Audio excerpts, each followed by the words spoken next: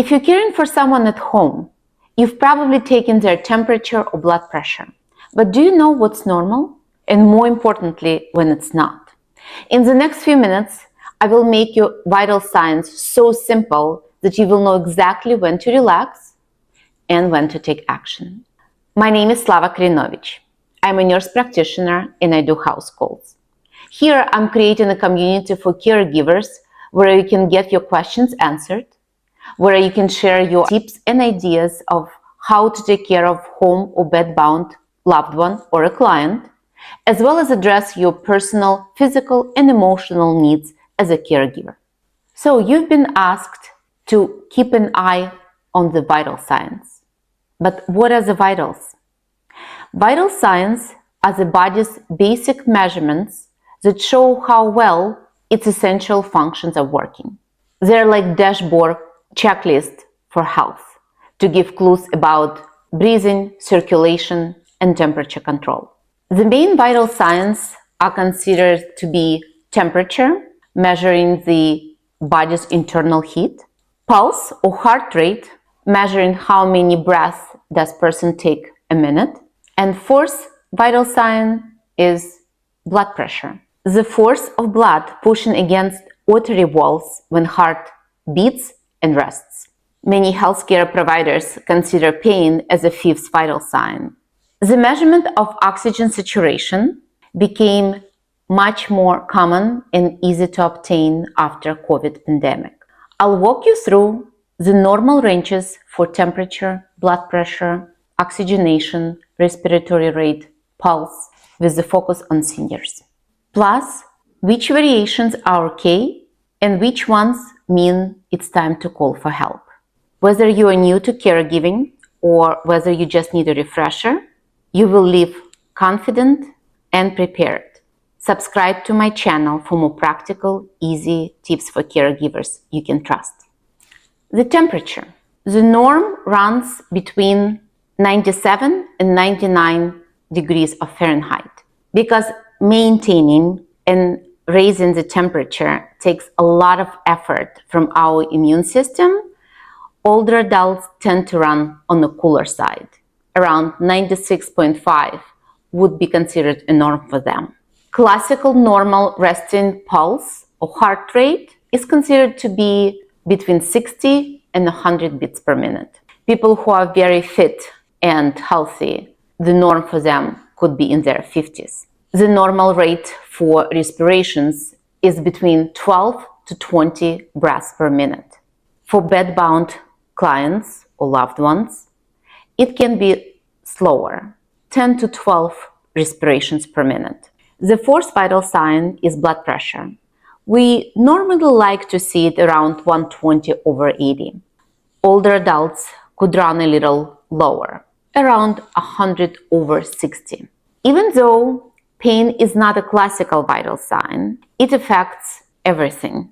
If patient is in pain, it can raise his or her pulse and blood pressure. With age, achieving 0 out of 10 pain level is almost too impossible. So people learn to live with pain. Keep track of normal pain response and note any changes. Since COVID, these little monitors became widely available. Normal saturation on the room air is considered to be between 95 and 100%. For home and bed-bound patients, it could be lower, in the lower 90s. But these norms are not rigid. As our bodies are never perfectly symmetrical, some of us have thicker versus thinner bones, etc. We all vary. And our vital signs vary as well. These variations can be due to our body types, our activity levels, our stress tolerance, foods and drinks that we consume, and even weather changes. To illustrate so-called variations, I'd like to share a story of one of my current patients when he just joined my practice some time ago. At the beginning of the visit, I took his vitals and became immediately alarmed. His pulse or heart rate was 42. Patient acted very calmly, did not show any distress. I started asking him about feeling dizzy, lightheaded, advised him not to get up, suggested to call his cardiologist to facilitate the urgent appointment or call 911. He denied any symptoms and said that his normal pulse is in the 40s. And when his pulse in the 50s, he feels tachycardic. Of course, I trust my patients, but since he was my new patient, I did call his cardiologist to confirm that information was accurate, and indeed it was. So, having said that, when is time for action? For temperature, a sudden jump of 2 degrees of Fahrenheit, especially with chills or confusion, needs attention. A sudden drop below 50 beats per minute or a spike over 100 beats per minute without a reason warrants a call to a healthcare professional. If blood pressure is below 90/60 with dizziness or any other behavioral changes, or above 140/90, this also needs attention of the medical professional.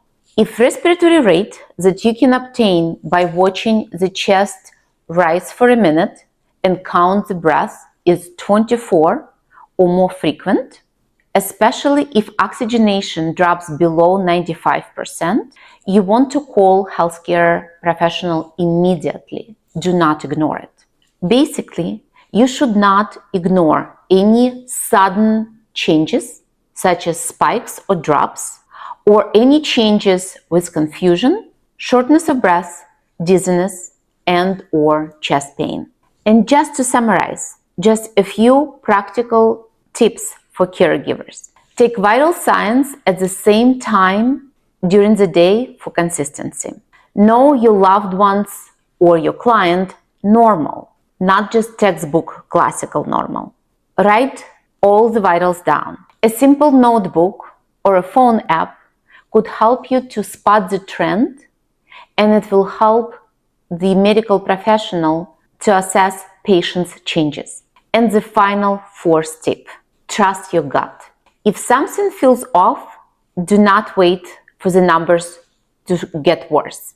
Watch for changes, and you will be ahead of many problems before they become emergencies. Your proactive measures might save someone's life.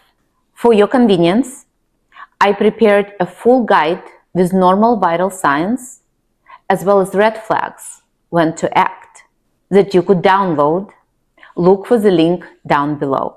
If you found this helpful, please push the like button. Consider to subscribe for more easy caregiving tips that you can trust. And as always, wishing you strong health. And remember, joyful heart is the best medicine.